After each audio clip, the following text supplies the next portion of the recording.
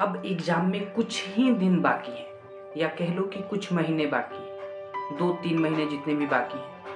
अब उसमें अगर हमको अच्छा परफ़ॉर्म करना है तो क्या करें? इस वीडियो में हम इस बात को डिस्कस करेंगे। सबसे पहले इस बात को समझो कि 12 महीने का एक पूरा प्रिपरेशन होता है, लेकिन 9 महीने आप क्या करते हो ये उतना इम्पोर्टेंट नहीं है, जितना इम्पोर्टेंट ये है कि आप लास्ट के कुछ दिन, कुछ महीने क्या करते हो। जो 2-3 महीने आपके पास बचे, जो 2-3 हफ्ता बचा है या 1 हफ्ता बचा है, उसमें आप क्या करते हो, कितना मेहनत करते हो, कितना पढ़ते हो, कितना अपने आप को कितना याद करते हो, वो ज़रूरी है। जैसे एक लड़का था, वो पढ़ता-वढ़ता नहीं, आप आपके गाँव में भी होंगे जो पढ़ते नहीं होंगे, 12 महीने नहीं पढ़ा, लास्ट के कुछ दिन खूब रगड़ के पढ़ दिया और उसका मार्क्स अच्छा आ गया। ये इसलिए होता है क्योंकि शॉर्ट मेमोरी हमको हमको याद रहता है, शॉर्ट मेमोरी का वो काम है। हमको चीज़ें जल्दी याद रहती हैं। जो आज खाया वो हमको याद है, लेकिन जो परसों खाया था वो याद नहीं, क्योंकि शॉर्ट मेमोरी में चीज़ें जो आती हैं वो याद रहती हैं, बस उसको अगर रिपीट करना बंद कर दो तो वो साइड हो जाता है, वो याद नहीं रहता। उसी तरह से जितना हम आज हमको एग्ज़ाम देने जाना है और आज हम पढ़ के जाते हैं तो वही सवाल आ जाता है, क्योंकि हमको वो चीज़ याद है। जो 1 महीने पहले पढ़ा था वो याद नहीं है। तो इसलिए एग्ज़ाम के पहले कुछ दिन पढ़ना बहुत ज़रूरी है और कुछ दिन बहुत इम्पोर्टेंट दिन होते हैं। आपने साल भर नहीं पढ़ा कोई दिक्कत नहीं, लेकिन ये कुछ दिन जो बचे हैं इनमें रगड़ के पढ़ो।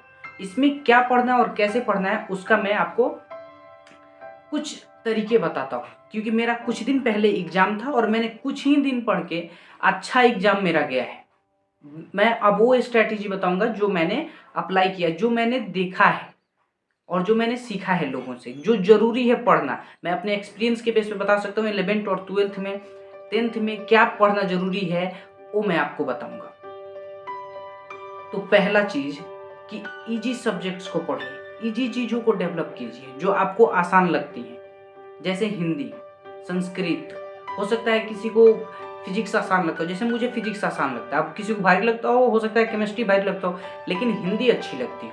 हिंदी, इंग्लिश, संस्कृत, उर्दू, ये सब बेसिक सब्जेक्ट हैं जो आसान होती है, कंपैरेटिवली मैथ से तो आसान होती हैं, केमिस्ट्री से तो आसान होती है। लेकिन जो भारी सब्जेक्ट्स होते हैं एकदम से उनको उठा के बैठोगे तो नींद आ जाएगा, नहीं पढ़ोगे।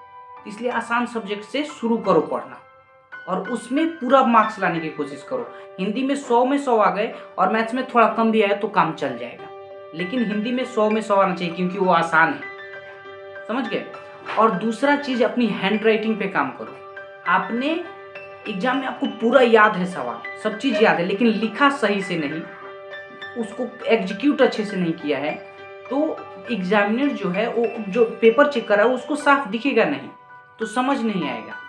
आपको कितना भी याद हो, एग्जामिनर जो पेपर चेक कर रहा है वो ये थोड़ी जानता है कि आपको कितना याद है, वो तो ये देख रहा है कि कॉपी में कितना अच्छा से लिखा है, बस वही उसके लिए वो है। तो वो वही आप बहुत बढ़िया से लिखो। उसके लिए मैं राइटिंग बेहतर करने के लिए पहले ही वीडियो बना चुका हूँ, उसको आप देख लीजिएगा। इसके पहले ही वो वीडियो अपलोड हुई है और बहुत कमाल की वीडियो है। मैंने खुद 4 दिन में राइटिंग बनाई है, 4 दिन में बेहतरीन, और उसी को रिकॉर्ड करके आपको दिया है। बस 3-4 मिनट की वीडियो है, बहुत आसान है। हैंड राइटिंग इम्प्रूव करना बहुत आसान है, सिर्फ 4 दिन में मैंने की है। अगला, अगर आप अपनी पढ़ाई स्टार्ट कर रहे हो तो आपके लिए इन्वायरमेंट बहुत ज़रूरी है कि कहाँ पढ़ रहे हो। या तो आप रूम में पढ़ो तो अकेले पढ़ोगे, वहाँ पे मोबाइल नहीं होगा, वहाँ पे आपके भाई बहन नहीं होंगे, दोस्त नहीं होंगे, अकेले पढ़ोगे। इस तरह से आपका फोकस क्रिएट होगा। इन्वायरमेंट फोकस क्रिएट करता है, कुछ और नहीं। इन्वायरमेंट अच्छा है तो आपका फोकस अपने आप लग जाता है, लेकिन इन्वायरमेंट गंदा है, मोबाइल पास में है, भाई बहन पास में, तो दिमाग कुछ भी कर लो वहाँ पे फोकस नहीं होगा पढ़ाई पे। आपको रूम नहीं है आपका, छत पे जाके आराम से बैठ के पढ़ सकते हो। मैं कई बार जाके स्क्रिप्ट छत पे लिखता हूँ, क्योंकि मेरे भी घर में जगह कम है, तो छत पे चला जाता हूँ या फिर रूम के बाहर चला जाता हूँ, जहाँ पे मुझे एकांत मिले, अकेले बैठ के करना पड़े। वहाँ पे मैं बड़ी कंफर्टेबल तरीके से बैठ के आराम से पढ़ता हूँ, क्योंकि वो आसान होता है, उससे मेरा फोकस क्रिएट होता है। तो इन्वायरमेंट को मिस मत करना, कोई भी डिस्टर्ब ना करे, और नो डिस्ट्रैक्शन, कोई भी डिस्ट्रैक्शन अपने आसपास मत रखना। वो आपको एक बार मोबाइल उठा लो ना तो फिर 2 घंटे कब बीत जाते हैं पता नहीं लगता है। ये मैं खुद अपना लाइफ बता रहा हूँ। मैंने कल ही मुझे वीडियो शूट करना था कल, लेकिन मैं नहीं कर पाया क्योंकि हाथ में मोबाइल तक चलाते जब चलाते मूवी देखने लगा, 3-4 घंटे कब बीत गए पता ही नहीं लगा। ऐसा ही होता है, अगर डिस्ट्रैक्शन एक बार हाथ लग जाए ना तो फिर कितने घंटे ले जाएगा कोई ठीक नहीं है। तो डिस्ट्रैक्शन से बिल्कुल दूर रहो, पढ़ाई पे फोकस्ड रहो। इन्वायरमेंट ऐसा बनाओ जहाँ पे पढ़ने का मन करता हो। ऐसा नहीं कि गंदा गंदा सब रूम गंदा पड़ा है उसमें लेकर पढ़ रहे, नींद आ जाएगा, नहीं पढ़ पाओगे।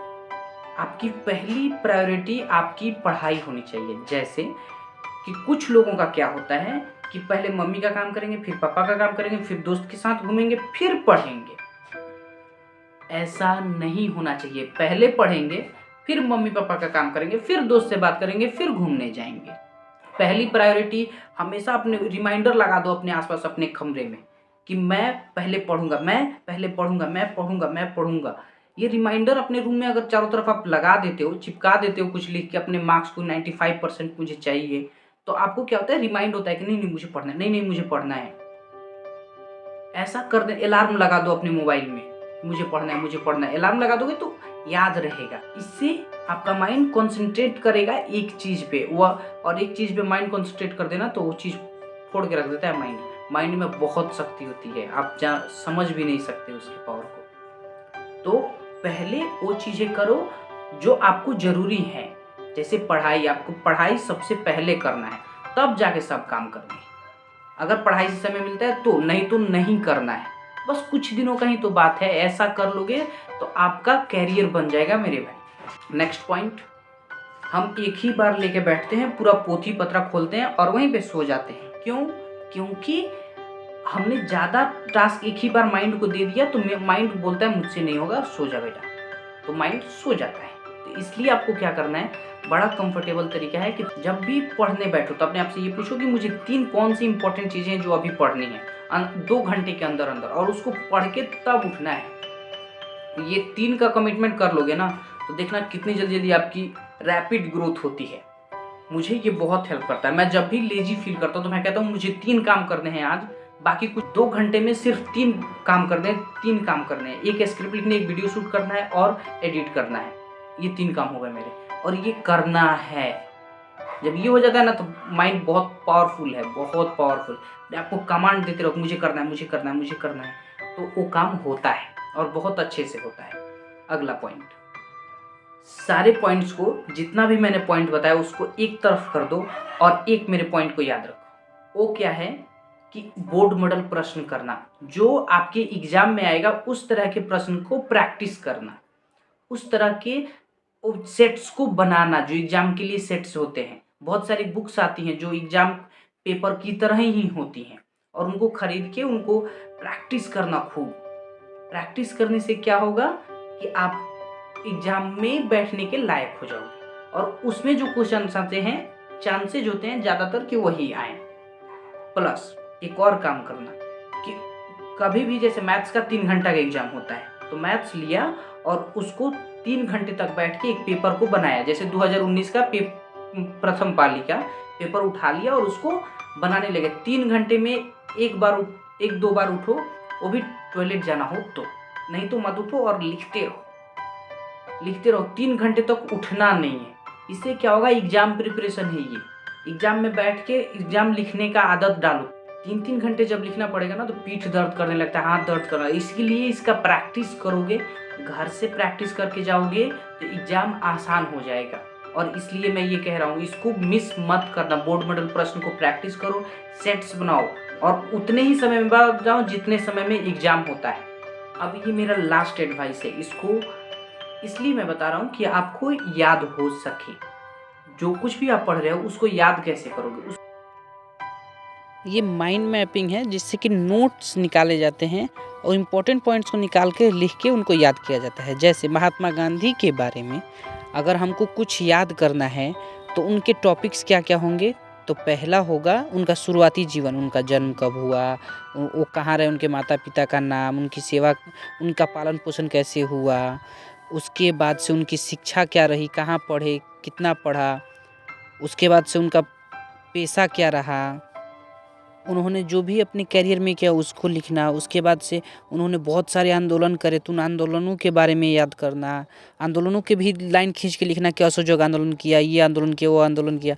उसके बाद से उनकी मृत्यु कैसी हुई, और उसके बाद से वो क्या सोचते थे, इन सभी पॉइंट्स को लिख के हाथ में ले लो, इसको कॉपी से फाड़ के और लेके घूम के याद करते रहो, बार बार पढ़ते रहो, आपको आसानी से याद हो जाएगा। और उसको याद करोगे तो वो याद करना बहुत आसान होता है। नमस्कार। और इन पॉइंट्स को अगर आपको समझ नहीं आया तो रिपीट कर करके देखो। एजुकेशन का वीडियो बार बार देखोगे, फायदा ही होगा। Thank you so much for watching.